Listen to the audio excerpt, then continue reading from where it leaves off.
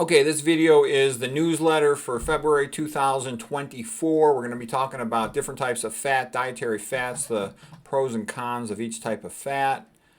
Okay, so here is the hype and bust cycle of industry-funded research as described by Jeff Nelson from VegSource.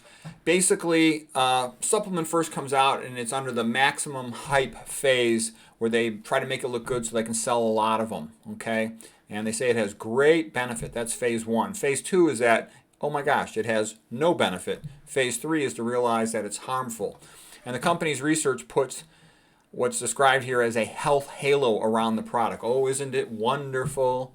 All right, and then time goes by and people realize, gee, it does almost nothing. And then more time goes by and they go, gee, it's actually a toxin.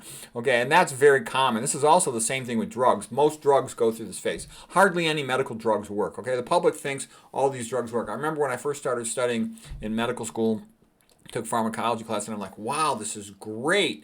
You just look at the disease, figure out what it is, match it to the drug, and then you treat the patient. And I assumed when I was a med student, all the patients got better.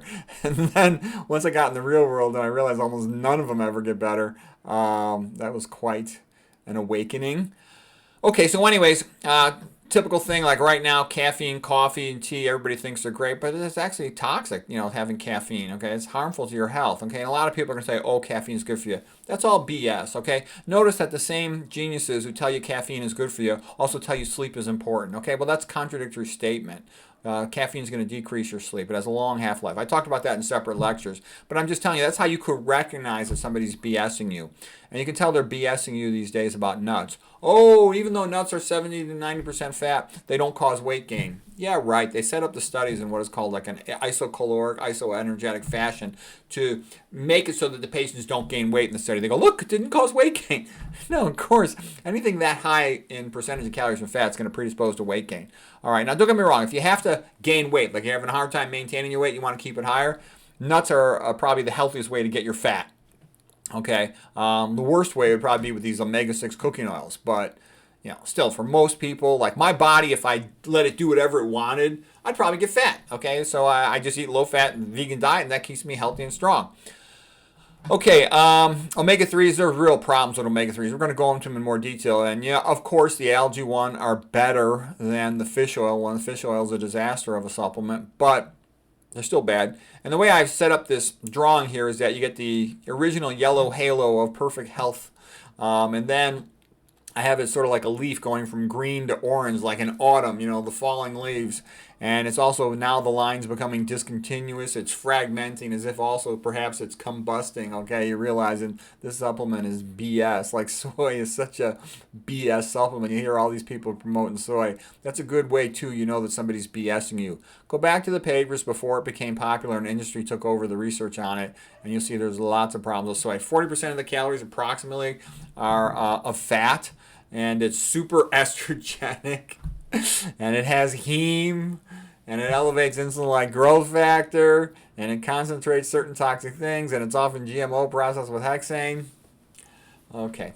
Multivitamins can be dangerous. We're not talking about that stuff, though. Fish, of course, is toxic. Everybody knows that by now, I hope. Yeah, and Jane Hightower, the lady internal medicine doctor in the San Francisco Bay Area, had a whole bunch of patients that were demented, got sent to her, and she figured out how to test them more effectively for mercury. And they all had mercury toxicity from eating fish. She got them to stop eating the fish, and most of them got better. For some of them, it was too late. They had irreversible brain damage. But just make that point. Okay, so I sort of draw these little tiny devil horns, and then omega-6 cooking oils are obviously, toxins.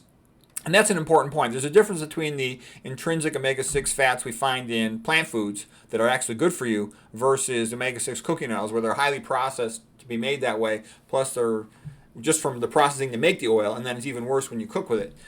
Ansel Keys had figured out in the 1950s that saturated fat was very atherogenic, and it is very atherogenic. Don't let these fake paleo, keto, carb, low carb BS artists, ignoramus liars tell you otherwise. Okay, that's been proven a long time ago from Ansel Keys' 7-country studies to the Mr. Fit studies, etc., etc. Okay, then even going back further in time is F minus, in the water. And that got hyped. The aluminum companies just want to get rid of their waste product, and so they hyped it. But basically, it's a major toxin. It lowers IQ. It increases cancer risk. It's harmful to the spine. It's harmful, to a lot of things. Okay, so anyways, this is typical pattern with all these drugs.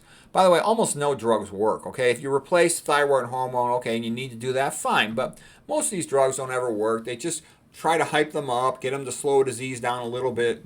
But a lot of times what happens is the patient just takes the drug when they could have just cured themselves if they'd have fixed their diet and their lifestyle, which is obviously a smarter thing to do. We're going to have to go through just a little bit of chemistry here, not much. If you have one carbon, it's like a meth. Okay, so carbon with 4 hydrogens is methane. It's like an alkane category of carbon molecules. Notice that carbon always has 4 bonds. You need to know that. Okay, and then if a carbon has 3 bonds to hydrogen, then it's bound to something else that's called a methyl group. You will see that a lot. That's worth knowing, methyl group. And then if it has only 2 hydrogens bound to it, and it's bound to 2 other things, what these red lines indicate, that's a methylene group. And we're going to see this. We're going to talk about something called a methylene bridge, so you need to know that. The backbone of triglycerides is propane triol, which is also called propanol. 3 carbons, and each one has a hydroxyl group on it. A hydroxyl group is also called an alcohol group. That is the backbone of triglycerides, which is how most dietary fat is in the form of triglycerides. Okay, a little more chemistry. You could get by without knowing any of this chemistry, but just what I'm giving you is like the key stuff that'll help you. Ethanol is like ethanoic acid. Ethanol is just with the hydroxyl group on it, so it'd be 2 carbons with a hydroxyl group. This is ethanoic acid, which is also called acetic acid, which is also called vinegar. Okay, and you pronounce the whole thing with an ick at the end. Ethanoic acid, acetic acid when you've got this intact carboxylic acid here. Carboxylic acid is a carbon with a double bond to an oxygen. That's called a carbonyl group, and with a hydroxyl group, OH group. Hydroxyl group is also called an alcohol group. So this is a carboxylic acid. All fatty acids have that. Okay, when you take off this hydrogen, we call it to be deprotonated, then it becomes called ate. So this would be, acetic acid becomes acetate. 4-carbon butyric acid here becomes butyrate. That's the most common one you hear about for short-chain fatty acids. That fiber is made into these short-chain fatty acids like butyrate, and that's used by the gut lining cells to prevent leaky gut. So that comes up a lot. And by the way, the only fat that I think is good in the diet is fiber, which isn't really fat, and that's kind of a joke, secret fat, if you will. All these other fats, the small amounts you get from eating low-fat plant foods, that's what you want. That's what will keep you healthy. And you don't want more than that unless, let's say you're a long-distance runner and you need a large amount of calories, fine. But for most people, you don't need it. Okay, long-chain saturated fatty acids. So saturated means saturated with hydrogens. It means as many hydrogens as possible are bound to the fatty acid tail. A fatty acid has 2 parts. It has a hydrophilic component, which is polar, meaning slightly charged. And it's slightly charged because the En, meaning electronegativity, of the oxygen is much higher than it is for the carbon. Oxygen wants to grab electrons. That's why it's called the ultimate electron acceptor in electron transport in mitochondria. So oxygen has a high electronegativity to grab an electron. Versus carbon and hydrogen in the rest of the fatty acid tail, they have a similar electronegativity. Okay, and what they want to do is they just are hydrophilic. They don't like being around water because they're non-charged. So this is a structure that has 2 components. It has a hydrophilic, philic means loving, so it loves water, the polar component, and it can be soluble in water. And then it has a hydrophobic, water-hating component, the fatty acid tail of just carbons and hydrogens, and that is nonpolar. It doesn't want to be in water. And the relevance is that something that has both of these features is called amphipathic, or amphiphilic sometimes. And what that means is it has a hydrophobic and a hydrophilic component, and it can exist between 2 types of solvents, if you will. It can exist in a polar environment and in a non-polar environment. And these can function like emulsifiers. An emulsifier is something, let's say within a processed food. You have a fatty component of the food, and then you have an aqueous watery phase component of the food. So emulsifiers will hold those 2 phases together because their polar component will be in the aqueous water part of that food, and their fatty, oily component will be in the fatty part of the food, and it'll sort of keep the shape intact of the food. That's why these processed foods, they routinely have emulsifiers in there. Detergents and soaps also have these properties because they'll have the ability, let's say you got grease on your clothes or your hands and you wash them with a soap, it can pull that grease from its fatty phase into the water phase with these amphipathic properties. So you're going to hear that a lot. And they can also be damaging to membranes. They can function like detergents. So just know that fatty acids are pretty unique in this sense.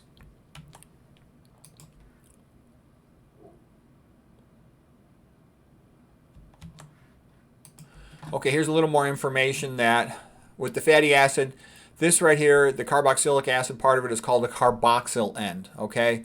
And carbon with a double bond to oxygen is called a carbonyl group. The methyl group over here at the end of it, that would be a carbon with 3 hydrogens. And again, this is saturated with hydrogens, meaning there's as many hydrogens as possible from the alpha carbon to the methyl carbon here. Okay, so by the way, this is the carbonyl carbon, this is the alpha carbon, this is the beta carbon, and then this is the methyl carbon at the end. Okay, this is also called the omega end, and we would count from this side when we are counting the carbons, like an omega-6 fat will have a double bond at the beginning at the omega-6 carbon. Okay, this is palmitic acid, the most common saturated fat in the human body.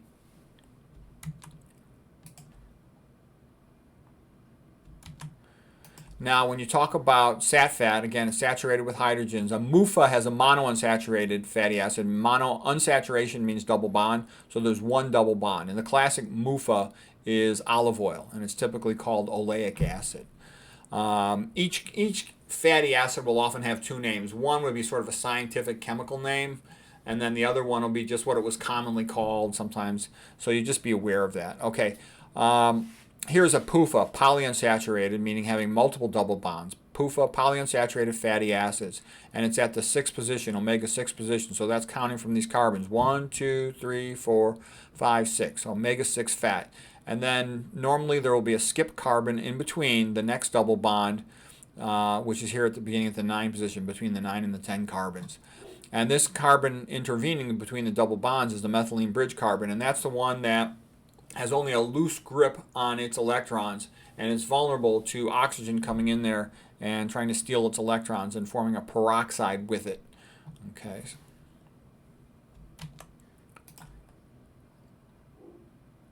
Okay, real quick, here's the structure of a phospholipid. These are what make up all your membranes, like your plasma membrane on the outer surface of a cell to keep it separate from the outside world, the extracellular matrix. So here's extracellular matrix, the outside world, if you will. Here would be the cytoplasm inside the cell. And here's the barrier, the phospholipid bilayer. Okay, the purple circles here are the polar, meaning charged head groups. And then the center is the phospholipid fatty acid tails, which are hydrophobic, nonpolar. Okay, and this separates outside world from inside world for an individual cell. Typical phospholipid has a glycerol backbone, meaning the 3 carbons, and the first one will typically be bound, let's say, to a saturated fatty acid, and then you'll have an unsaturated fatty acid next to it. At the site of the double bond, you'll get a little kink in the fatty acid structure. It'll have a bend in it. And the saturated fat next to it, remember saturated fats do not react with oxygen, so in a sense they kind of protect it a little bit from oxygen, and this is a typical membrane phospholipid. It's called a phospholipid because you got lipid fat here combined with a phosphate, and then you'll have a polar head group on top of it. Okay, it's like a common one would be serine. Okay.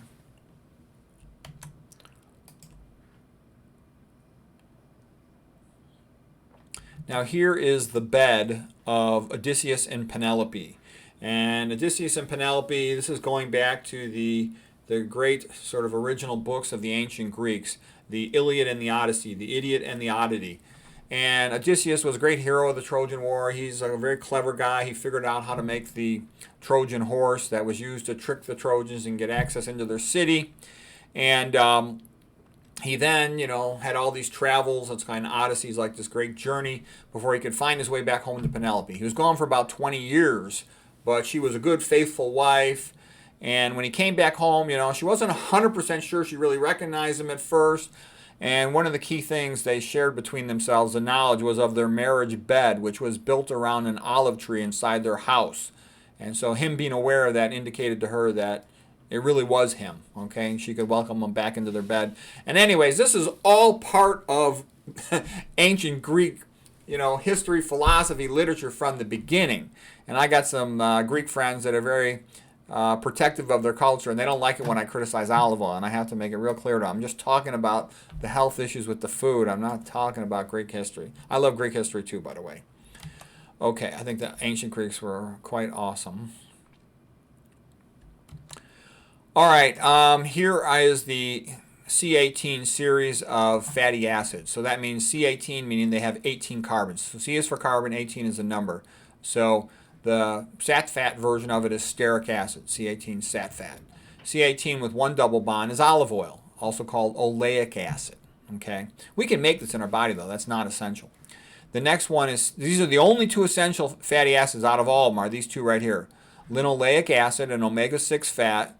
It's C18-2, meaning 18 carbons with two double bonds. First double bond's at the omega-6 position. That can be elongated and made into arachidonic acid. Okay, you hear a lot about arachidonic acid, and it mostly gets demonized as being pro-inflammatory. Okay, but it's really actually not that bad. I mean, yeah, it does help run inflammation pathways, but it's something we need in our bodies. Okay, linoleic acid is super important. That's the main fatty acid in the intermitochondrial membranes for cardiolipin. It'll often have 4 of them. It's a unique phospholipid. I'll talk about that in a moment. ALA is alpha linolenic acid. This N here is different than up here. Alpha linolenic acid, and then the way I remember too is ALA is 3 letters and it's an omega-3 fat, and it has 3 double bonds. Okay. This is the one that is the precursor. So again, these are the only 2 essential ones from the C18 series, and this one can be elongated and made into EPA or DHA. And look at DHA, it's a big monster. It's got 22 carbons and 6 double bonds. So all these double bonds means that it's much more vulnerable to lipid peroxidation, to spoilers, to going rotten, rancid. Okay, some of where the interest in these fatty acids came about was the concept of oxygen traveling across a plasma membrane, for example. I had learned in medical school, well, oxygen is relatively nonpolar. It can just diffuse right across the membrane because it's so small. And then this guy, Brian Peskin, who does a lot of research studying lipids, says, oh, no, it's the omega-6 fats he thought were the key to getting oxygen across a membrane, that it's interacting with the methylene bridge carbon, and then just reversibly, and then it's able to sort of work towards one on the other side of the bilayer. This would be, let's say, the outer bilayer, inner leaflet of the plasma membrane, phospholipid bilayer, and then go into the cell.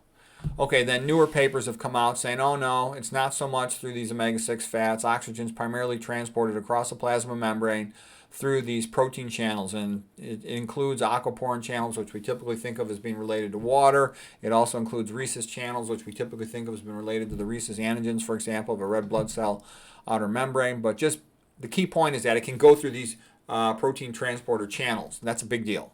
So what that means is it's not as important as we previously thought for transporting oxygen across the membranes, the omega-6 fats, but they are super important for some other things we'll talk about in just a moment. Here is, again, an omega-6 PUFA. Here's the methylene bridge hydrogen. It's plucked off, and now you've got a free electron sitting there. That's a free radical, has an unpaired electron in its outer orbital. Oxygen will bind to it. It forms a peroxide where you got 2 oxygens in a row then bound to it. This itself is its own free radical. It's becoming like a chain reaction to perpetuate itself. And this peroxide can then react with an adjacent other fatty acid. And this can destroy the whole membrane. So this is lipid peroxidation that can initiate chain reactions and destroy membranes. So this is one of the reasons why these PUFAs are kind of dangerous, because they're more vulnerable to undergoing this process. And this is another one of the reasons why I would not take one or want any of these things. I worry about them spoiling in storage, etc. Okay, here's cardiolipin. Cardiolipin is a very unique fatty acid, primarily thought of as being related to the intermitochondrial membrane. And remember, we talked about a typical phospholipid having only 1 glycerol. Cardiolipin has 3 glycerols. Here's the 3 carbons in a row. That's the key feature of glycerol. 3 carbons over here, 3 carbons over here. So there's 3 glycerols in a cardiolipin molecule. And it also has 4 fatty acid tails, twice as many as a regular phospholipid. And they typically are all the same thing, this omega-6 linoleic acid. Okay, and that's my point. Linoleic acid is super important. You know, perhaps in a sense, it's the most important fatty acid in your whole body because it's part of your mitochondria, the energy factor of your body. And these cardiolipins are related to stabilizing the electron transport complexes of the intermitochondrial membrane. So that's all a big deal. And you can switch out if you supplement with lots of omega-3s, they can start to switch out for these in your intermitochondrial membranes and cause dysfunction in your mitochondria, which to me is a big deal. And that's a reason why I don't like the idea of supplementing. Brian Peskin, came up with this from studying the research, and I wanted to know, is he telling the truth? And I real quick found 3 papers saying the same thing. So that's one of the reasons why I don't like that idea of supplementing with omega-3s. The only exception would be if I had a refractory autoimmune disease, I would try omega-3 supplementation before I would take any of those other more powerful immunosuppressant drugs like rheumatologists typically prescribe, things like methotrexate and all that. Those are almost like chemotherapy. Okay, here's a cardiolipin. In this case, it's bound to cytochrome C of the intermitochondrial membrane. And if you damage this by lipid peroxidation, you can potentially release its bond with the cytochrome C, and then that can be released from the mitochondrial membrane and cause a cascade of reactions leading to cell death by apoptosis. So that means gradual cell death, programmed cell death. It's a programmed slow cell death whereby the cell can recycle itself, so its inner chemical constituents can be sent to other locations. They'll be ingested by a macrophage and then processed and sent to other cells, so something useful can come out of it. But you don't want your brain cells dying, okay? And there's some pretty good research people that think that brain cells dying from lipid peroxidation is far more common than is previously realized. And I think they're right based on what I'm reading. Okay, so anyways, here's DHA. DHA is like the typical fish oil, big monster omega-3. And so docosah, D of DHA is docosah for 22 carbons, the Greek number. Hexa means 6. There's 6 double bonds. Ene just means the double bonds. And then ic, it's a carboxylic acid. Okay, so here's the carboxylic acid component. This is the carbonyl carbon, the alpha carbon, the beta carbon. We're starting at the omega end here, also called the methyl end. Carbon 1, 2, 3, 4, 5, 6, but it starts on the 3. So the double bond, this is an omega-3 fat. Okay, then there's a skip carbon in between with a methylene bridge hydrogen here. And because there's 6 double bonds, you're going to have 5 of these methylene bridge, all in pink, hydrogens. That means it's super vulnerable to lipid peroxidation, which is bad. That's why you got to put it in a radiopaque container, keep it sealed, get it into the refrigerator as fast as possible, keep it cold, and even still, it'll often still smell kind of fishy, kind of rancid, kind of spoiled. Okay, this is real quick, just showing you what's the best thing to eat is starches. Starch is a polymer of glucose, stretches your stomach, early satisfaction of hunger, goes into your intestine. The glucose is then slowly separated from the fiber and goes into your blood and keeps you energetic. You get a relatively normal blood glucose because it only goes up a little bit from a starch in comparison with if you just had simple sugars, like you drank a drink with a spoonful of glucose in it, you would spike your sugar and it potentially come down too fast and could potentially cause rebound hypoglycemia. Okay, so anyways, I also make the point is the glucose is absorbed just in these small glucose molecules. That's a relatively small molecule, like a 6-carbon sugar, in comparison, let's say, with an 18-carbon fat. All right. When this glucose is stored in the liver, it's stored with a lot of water, if you will, in glycogen. Let's say about 3 or so water molecules for each glucose molecule in glycogen. That's why your liver can only store a limited amount of glucose in glycogen versus your fat is dry storage because fat's hydrophobic and you can store tons of energy and fat all over your body. Okay, getting back to the fatty acids, here's a little more detail on. Here's the methyl end. Here's the carboxyl end. Counting from the methyl side, 1, 2, 3. This would be an omega-3 fat if it was one. 4, 5, 6. This would be an omega-6 fat if it was one. Okay.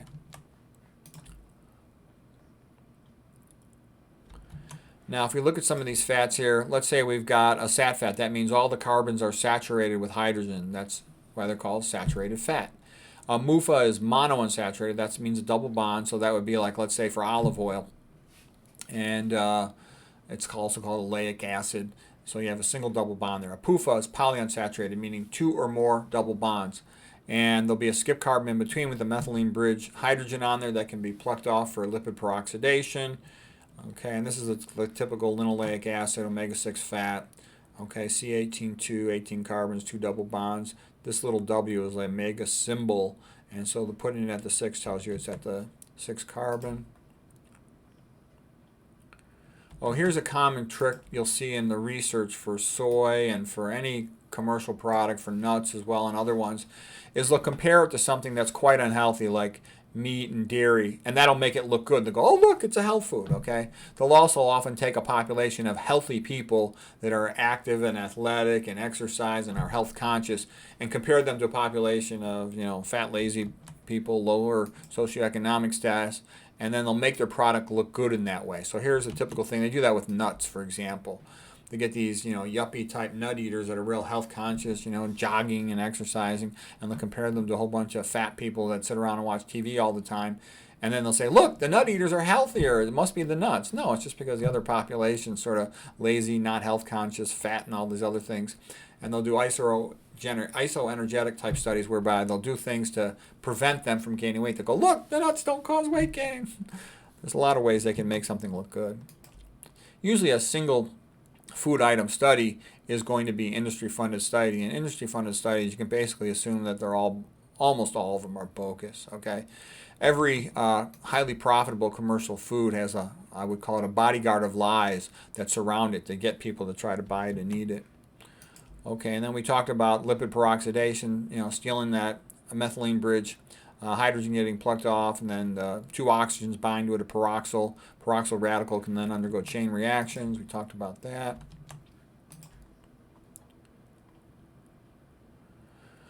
Okay, one of the other products of lipid peroxidation is this toxic aldehyde, hydroxynonenal, and it's kind of a good name. So 4-hydroxy means that it's on the carbon number 4, and that's a hydroxy group. Non means 9, so there's 9 carbons. Okay, ene means there's a double bond. Al means aldehyde, and this is an aldehyde. An aldehyde means that the carbonyl carbon is bound to a hydrogen here. So if it was a carboxylic acid, this would be an OH group. But because it's an aldehyde, you can remember the big H in aldehyde, there's just an H there. And the problem is this 4-hydroxynonenal is real toxic, and it's damaging to a lot of tissues, all right? It can irreversibly bind to proteins and damage them. Okay, so here's your intermitochondrial membrane, and hydroxynonenal can bind to ATP synthase and damage it, okay, and decrease the functional ability of your intermitochondrial membrane electron transport system and APD production system. Okay, you can also fat, like excessive, especially saturated fat, will inhibit complex 3 and cause a backup in electron transport. So they're both bad. And like I said, I agree with Nathan Pritikin. Nathan Pritikin basically said dietary fat is bad.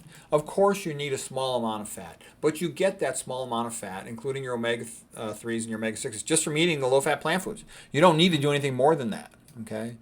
Nathan Pritikin even said just one little bowl of oatmeal will give you all the omega-6 you need for the day. So he said it's impossible to be too low in fat.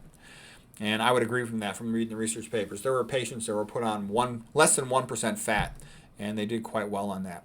Okay, what I'm showing you here is a little bit too advanced. You don't need to know all of this. You just barely to have heard of it is good enough. This comes from the work of Tetsumori Yamashima. He's a Japanese neuroscientist, pretty famous guy in the dementia research community. He was the doctor tasked with why are so many Japanese people becoming demented? Because Japan had been relatively healthy.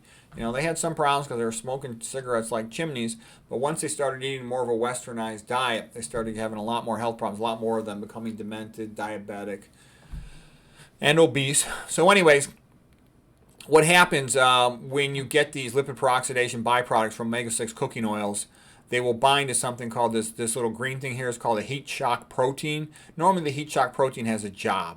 It's sort of a chaperone. You can think of it as like a taxi driver or a Cadillac driver, and it chaperones these proteins once they become dysfunctional to take them to the lysosome. That's sort of the recycling plant to be recycled. It also stabilizes the membrane of the lysosome. So what happens, H&E will bind to the heat shock protein, the green thing here, and once that happens, it makes it very attractive to the calpain protease enzyme in the cytoplasm. And the calpain protease, I think that's a good name. Cal for calcium, pain for painful consequences. When that thing gets activated, it chops up the heat shock protein, and now you can't transport the dysfunctional proteins, and you can't stabilize your lysosome membrane. So the lysosome breaks apart, and it starts leaking a toxic enzyme called cathepsin into the cytoplasm that just goes around eating and destroying everything. Okay, so what's the point? The point is omega-6 cooking oils activate this cascade of reactions that damages brain cells, damages pancreatic beta cells. It also damages your hypothalamic hunger center. All this work is related to the work of Tetsumori Yamashima. And so the bottom line is you don't want to eat those cooking oils. They really make you sick. And a lot of people do it out of habit, and they pay the consequences. Okay, here's one of Tetsumori Yamashima's papers. That's him, Tetsumori Yamashima, and that's what it's called. The whole theory is the calpain cathepsin hypothesis. He also wrote a book about it. This is what I was talking about, how the calpain protease enzyme then will cleave heat shock protein number 70, and he feels that it's a major contributor to causing Alzheimer's disease.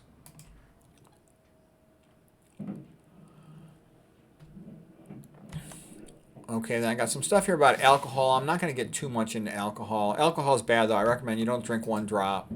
And people say to me, why am I so absolutist? Because I want you to be healthy. Look, you can do whatever you want, but alcohol is not good for you. It is bad for you. Nothing good comes from it, so why bother with it, okay?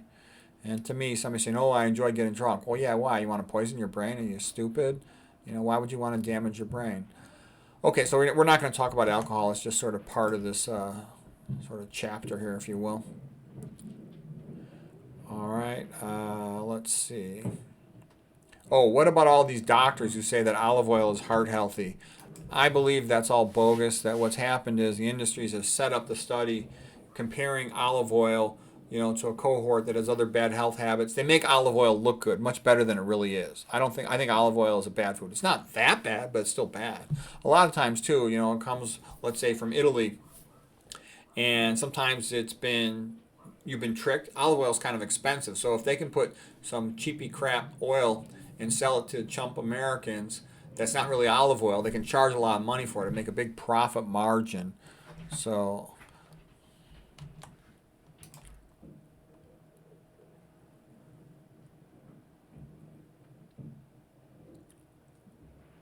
olive oil decreased the brachial artery's ability to dilate by about 31% in one of these, brachial artery reactivity tests. Or,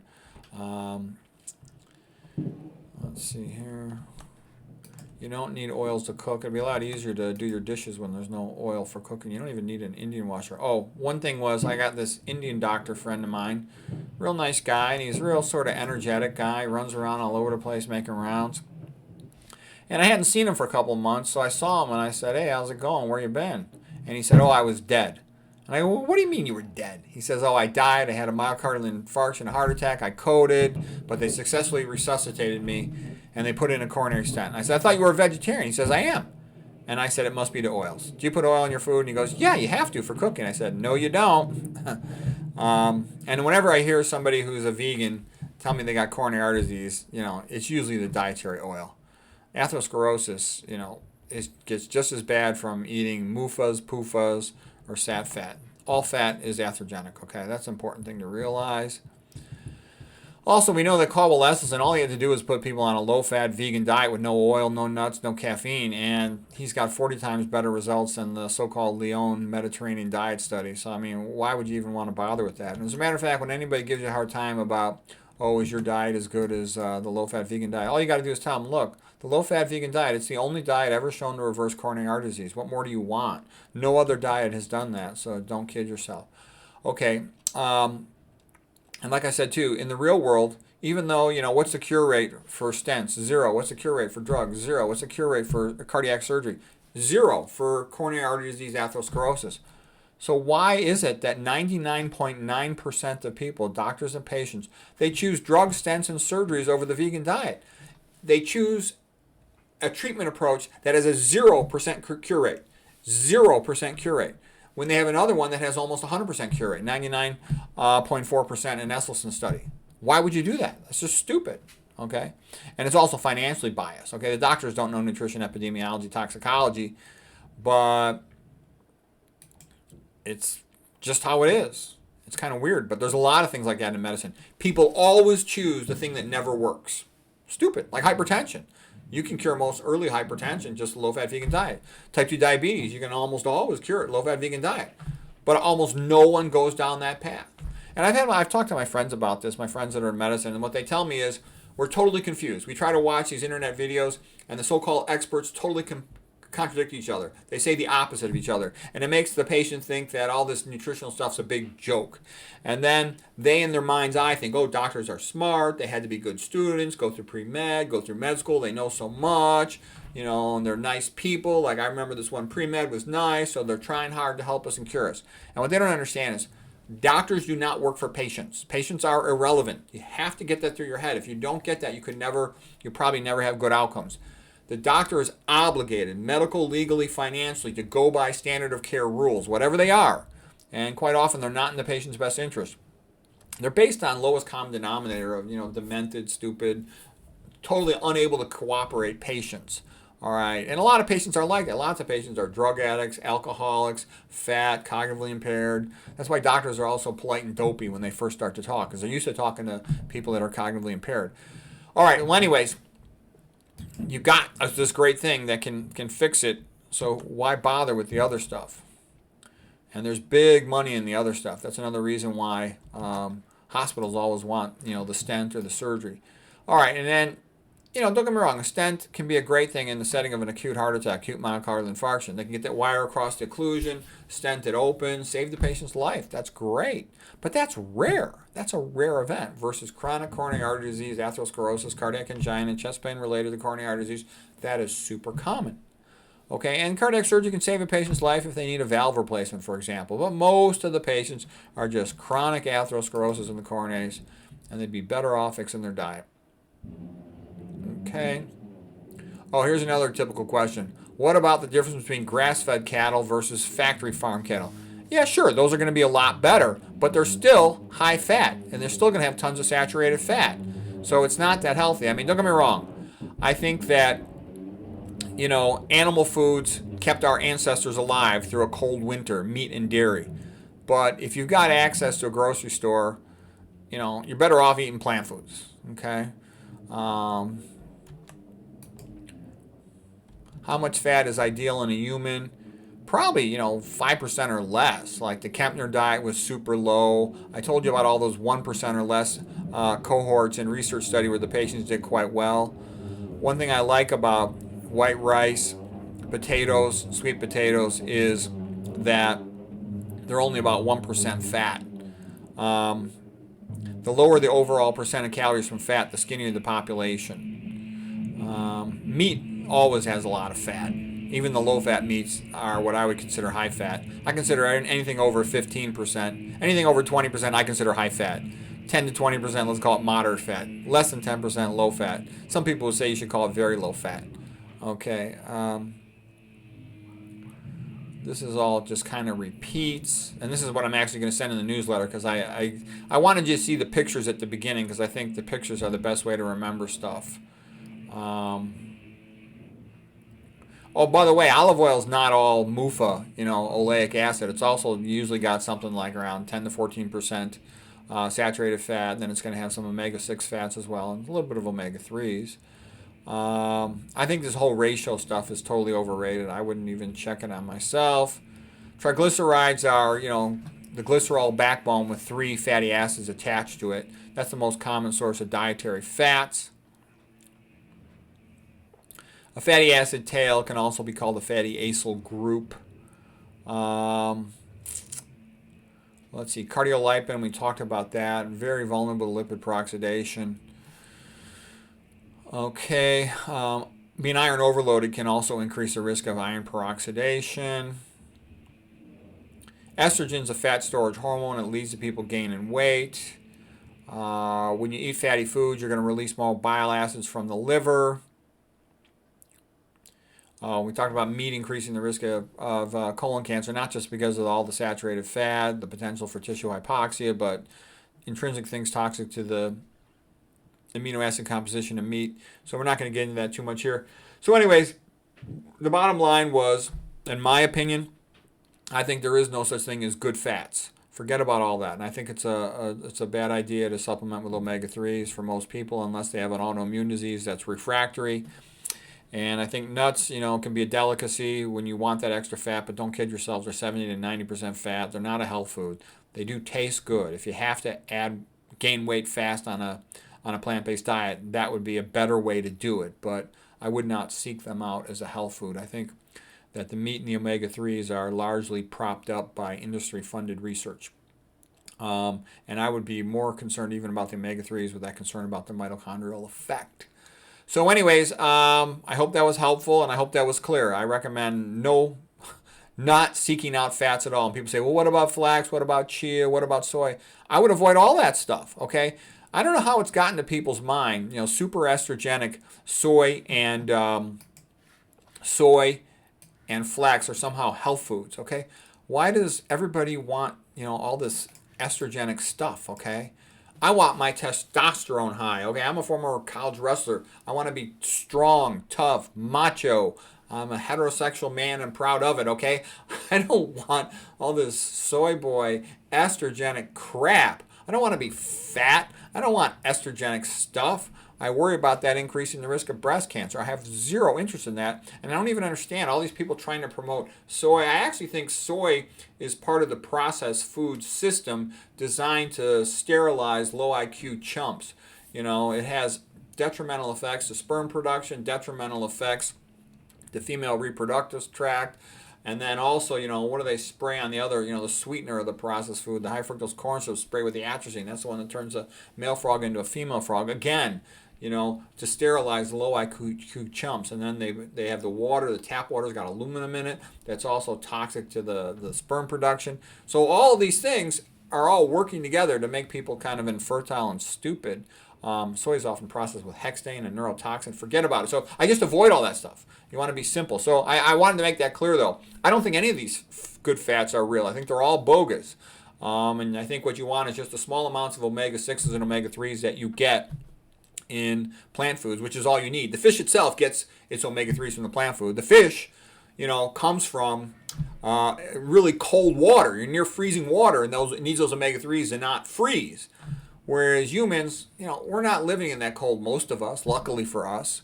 So anyways, I hope this was helpful.